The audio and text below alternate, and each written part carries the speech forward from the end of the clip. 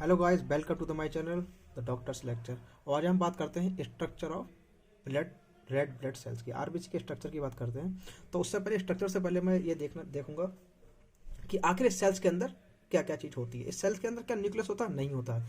क्योंकि जब मैंने देखा था, जब मैंने इसका डेवलपमेंट पढ़ा था या इसका प्रोलिफिकेशन जब हुआ था स्टार्ट, तो उसमें मैंने देखा था कि ऑर्थोक्रोमेटिक नॉर्मोब्लास्ट के अंदर इसका रेमिनेंट ऑफ न्यूक्लियस रह जाता है। रेमिनेंट ऑफ न्यूक्लियस रहता है जो क्या नेक्स्ट स्टेज में जाकर जब वो रेटिकुलोसाइट्स का फॉर्मेशन होता है तब वो रेमिनेंट ऑफ न्यूक्लियस भी क्या होता है, सेल से आउट हो जाता है। इस प्रोसेस को बोलता हूँ पिग्नोसिस बोलता हूँ। इस प्रोसेस क्या कहता है? पिग्नोसिस कहता है। इसका मतलब न्यूक्लियस का यहाँ नहीं है। और जब न्यूक्लियस नहीं है तो क्या डीएनए होगा? नहीं होगा। और ये इसीलिए जो ह्यूमन की रेड ब्लड सेल्स होती है वो कैसी होती है? नॉन न्यूक्लिएटेड होती है। अगर नॉन न्यूक्लिएटेड है, डीएनए भी नहीं है, तो मैं यहाँ पर आरबीसी क्या है? यहाँ पर आरबीसी ये है नॉन न्यूक्लिएटेड। अगर न्यूक्लिएटेड नहीं है तो क्या डीएनए होगा? So no DNA. डीएनए की बात तो हो गई। और उसके साथ साथ मैंने क्या देखा था? उसके साथ साथ मैंने देखा था कि जो मेरी रेटिकुलोसाइट्स जो होती हैं वो कैसी होती हैं? बेसोफिलिक नेचर की होती हैं। अगर मैं इसको स्टेन करता तो बेसिक डाई से स्टेन होती है, बेसोफिलिक होती हैं। ऐसा क्यों होता है? बेसोफिलिक क्यों होती है? क्योंकि इस सेल्स के अंदर जो जो ऑर्गेनल्स थे, जैसे गोल्जी बॉडी हो गया, माइटोकॉन्ड्रिया हो गया, और बहुत सारे जो ऑर्गेनल्स होते हैं वो क्या होते हैं, क्या उनका क्या हो जाता है? अपसेंट होते हैं, या क्या कह सकता हूँ मैं, वो क्या हो जाते हैं? खराब हो जाते हैं। तो उनके जो और साइटोप्लाज्म रहता है, उनका जो रेमिनेंट होता है, इन ऑर्गेनल्स का रेमिनेंट होता है, जो साइटोप्लाज्म होता है, वो सेल्स को क्या देता है?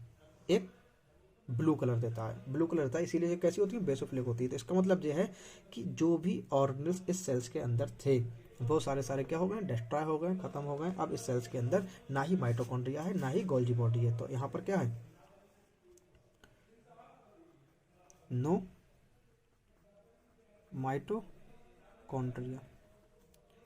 अगर इस सेल्स के अंदर माइटोकॉन्ड्रिया नहीं है तो एनर्जी प्रोडक्शन कहाँ होगा? क्योंकि मुझे पता है जो ग्लाइकोलिसिस होती है वो तो कहाँ हो जाएगी? साइटोप्लाज्म के अंदर।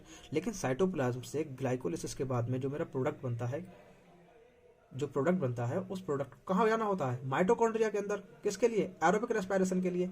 तो अगर माइटोकॉन्ड्रिया ही नहीं है तो एनर्जी का प्रोडक्शन का कैसे होगा? तो यहाँ पर एनर्जी का प्रोडक्शन होता है वो जब इसका न्यूक्लियस था, जब तक इसका न्यूक्लियस था तभी तक होता है। और वहां पर ये जो क्या करता है? हेक्सेस मोनोफॉस्फेट संट का यूज करता है। क्या किसका करता है? हेक्सेस मोनोफॉस्फेट संट का। चूंकि एरोबिक रेस्पिरेशन तो नहीं हो पाएगा। अगर मैं बात करता हूं किसकी? ग्लाइकोलिसिस की। तो ग्लाइकोलिसिस तो किस में होगी? साइटोप्लाज्म के अंदर। तो ग्लाइकोलिसिस होती है, और ग्लाइकोलिसिस होती है और कौन से संट का इस्तेमाल करती है? हेक्सेस मोनोफॉस्फेट संट का यूज करती है। इसके साथ साथ अब हम बात करेंगे किसकी? इसकी स्ट्रक्चर की बात है। स्ट्रक्चर स्ट्रक्चर हमको पता है इसका डायमीटर।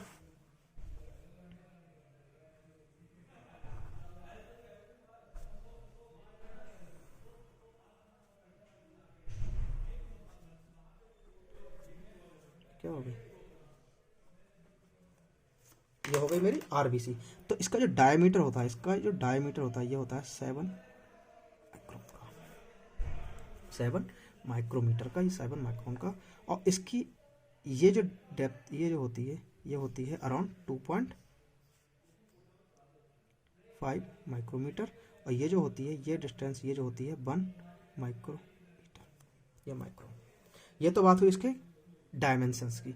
डायमेंशन के साथ सरफेस एरिया अगर बात करता हूँ तो होता है 120 स्क्वायर माइक्रोन।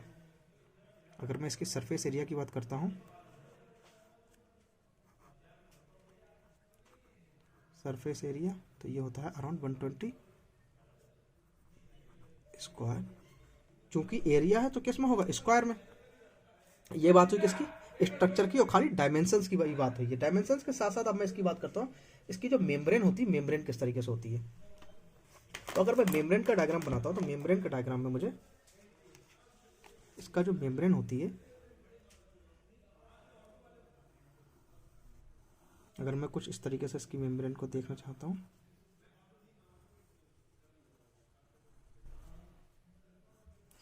तो यहाँ पर क्या होता है, एक नेटवर्क होता है प्रोटीन का, नेटवर्क होता है प्रोटीन का।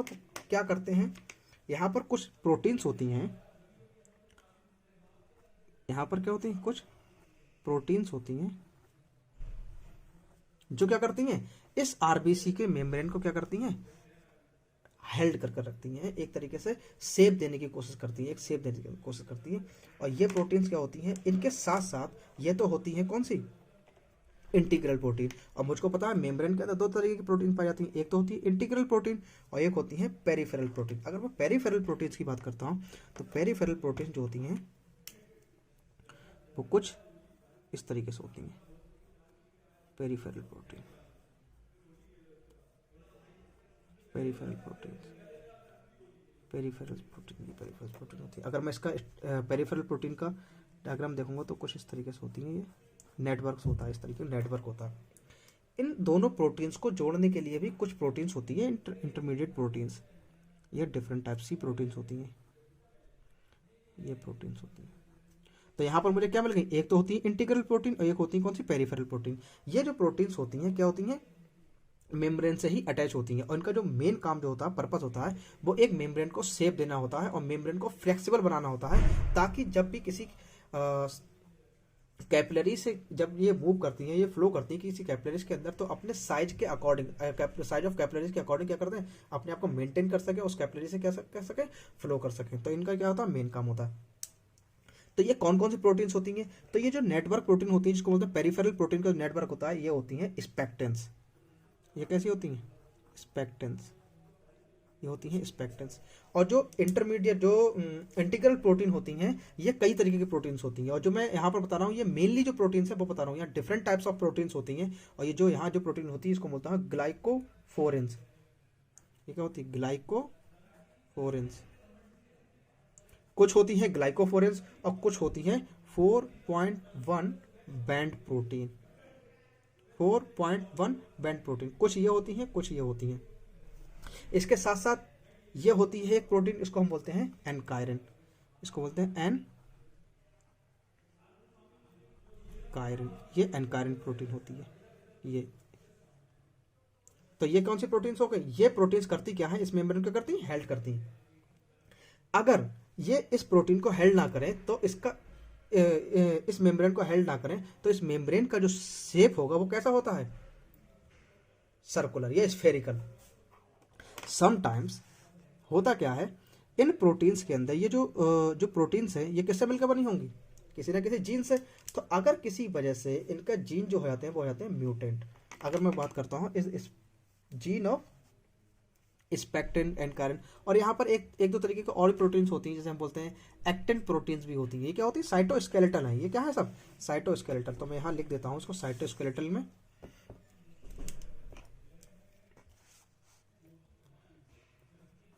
साइटोस्केलेटल।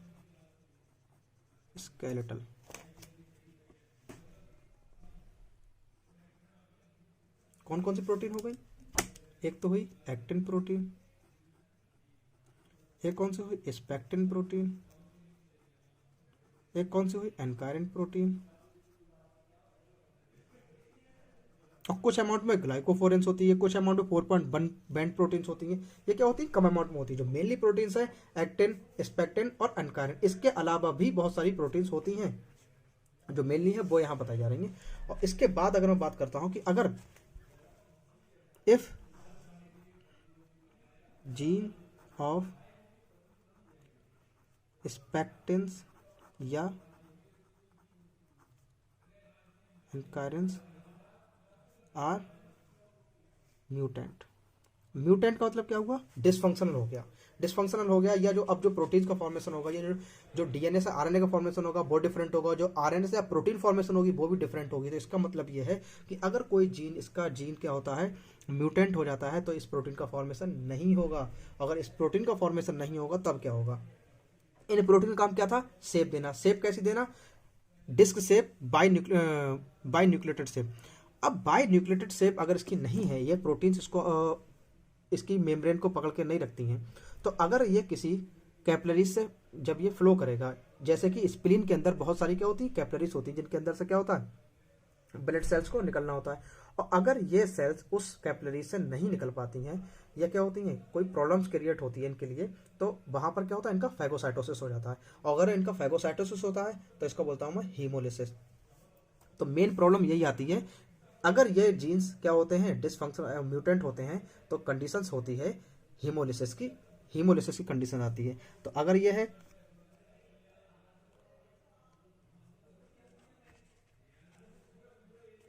या तो म्यूटेंट हो जाए या फिर ऐसा हो कि इनका जो स्ट्रक्चर है इन प्रोटीन्स का वो स्टेबल ना हो। Either if gene is the mutant और structure of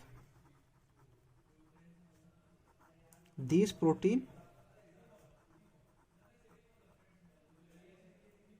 are not stable. अगर इसका स्ट्रक्चर ही स्टेबल ना हो तब क्या होता है, ये स्फेरिकल कंडीशन हो जाती है। ये क्या हो जाती है, स्फेरिकल। तो इसमें जो डिजीज कहलाती है, अब ये कैसे, अगर मान लिया ये सेल्स हैं, ये सेल्स सर्कुलेट करें किसके अंदर से, नैरो कैपिलरी से, these cells circulate through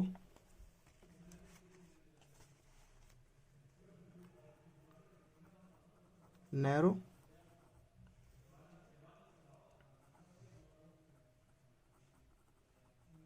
capillary. अब क्या होगा, क्या ये अपना साइज मेंटेन कर सकेंगी, then they do not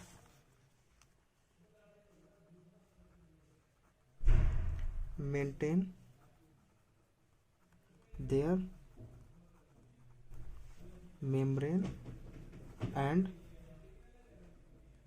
become spherical. ये कैसी हो जाती है, स्फेरिकल। अगर ये स्फेरिकल हो गई तो मुझे पता कैसे चलेगा कि कोई भी जो सेल है वो स्फेरिकल हो गई। तो पहले तो बात करता हूँ उसके डिजीज के बारे में, इसको क्या कहते हैं। अगर ये सीवियर केस है, सीवियर केस है, तो अगर सीवियर केस है तब ये कहलाती है, क्योंकि जो प्रॉब्लम्स हुई है वो जीन में हुई है, तो इसीलिए कहलाती है हेरिडिटरी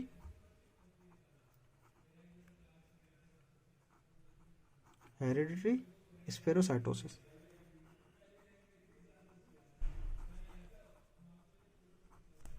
और जब ये कंडीशन क्या होती है, माइल्ड हो जाती है, तो ये क्या कहलाती है,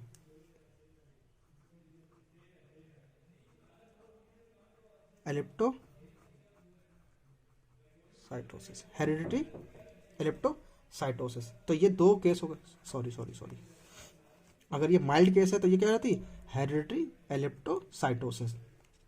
मुझे पता कैसे लगेगा कि कोई भी सेल जो है वो बाइकॉनकेव है या क्या है, स्फेरिकल। तो इसके लिए जब भी मैं किसी सेल्स को क्या करता हूं, इस सेल्स को नॉर्मल क्या होती है, बाइकॉनकेव। ये क्या, ये हो गई मेरी बाइकॉनकेव सेल। अगर ये बाइकॉनकेव सेल्स है तो इसके अंदर क्या होगा, हीमोग्लोबिन कंसंट्रेशन होगी, और हीमोग्लोबिन कंसंट्रेशन होगी तो जहां पर साइज ज्यादा वहां हीमोग्लोबिन कंसंट्रेशन ज्यादा, जहां साइज कम वहां हीमोग्लोबिन कंसंट्रेशन कम।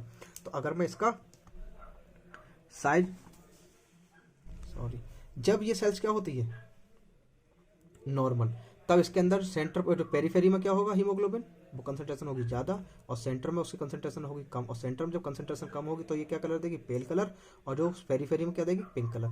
लेकिन अब ये क्या होगी, स्फेरिकल। अगर ये स्फेरिकल है तो ये क्या देगी, पूरी पूरी सेल में एक कलर देती है, और ये क्या होता है, पिंक कलर होता है। कलर कौन सा देगी, पिंक कलर। और कैसा होगा, थ्रू आउट द सेल क्या होगा, इक्वल होगा। थ्रू आउट द सेल क्या होगा, अगर ऐसी कंडीशन तो मुझे क्या पता लगेगा, ये पता लगेगा ये सेल्स क्या है, स्फेरिकल है। इसके साथ साथ अगर ये कंडीशन जब आती है हेरिडिटरी स्फेरोसाइटोसिस या हेरिडिटरी इलिप्टोसाइटोसिस, तो ये क्या होती हैं, ये सेल्स होती हैं मेंटेन नहीं कर पाती अपने साइज को, और जैसे ही पेरिट्यूबुलर कैपिलरीज से निकलती हैं या स्प्लीन के अंदर पहुंचती हैं, ग्रेवियार्ड के अंदर पहुंचती हैं, तब ये इनको क्या करना होता है, एक एग्जाम देना होता है। एक सेल से ट्यूब कैपिलरीज से क्या निकलना होता है, फ्लो करना होता है। अगर जो सेल्स उस कैपिलरीज से फ्लो नहीं कर पाता है, नहीं निकल पाता है, अपने शेप एंड साइज को मेंटेन नहीं कर पाता है, तो उन सेल्स का होता है फैगोसाइटोसिस। और जब इन सेल्स का होता है फैगोसाइटोसिस तो ये क्या ये करती है, एनीमिया।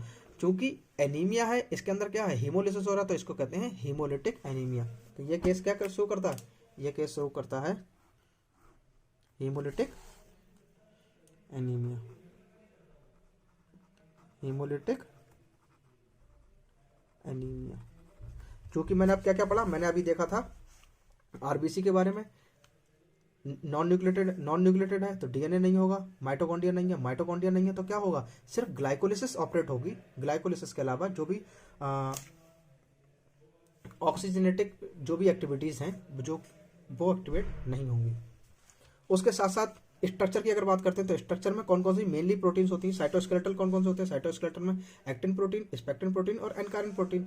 ये क्या करती हैं, इस सेल्स को क्या करती हैं, मेंटेन करती हैं बाय कॉन्केव शेप देती हैं, जिससे क्या होती है, इसके अंदर फ्लेक्सिबिलिटी आती है और ये किसी भी कैपिलरी से मूव करने की टेंडेंसी रखती है।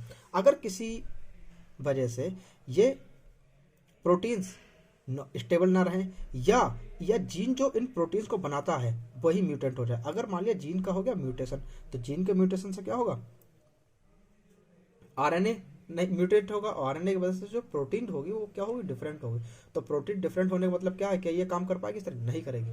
तो जब भी ये स्पेक्टिन, ये जो एनकारिन और स्पेक्टिन प्रोटीन्स होती हैं, ये क्या होती हैं, खराब बनती हैं, ये अब्सेंट होती हैं, तब ये सेल्स क्या होती है, अपनी मेम्ब्रेन को नहीं रख पाती है। और जब भी किसी कैपिलरी से निकलती है तो इसके मेम्ब्रेन का क्या होती है, थोड़ी थोड़ी मेम्ब्रेन टूटती रहती है। मेम्ब्रेन कैसी रहती है, टूटती रहती है, क्योंकि अपनी मेम्ब्रेन को ये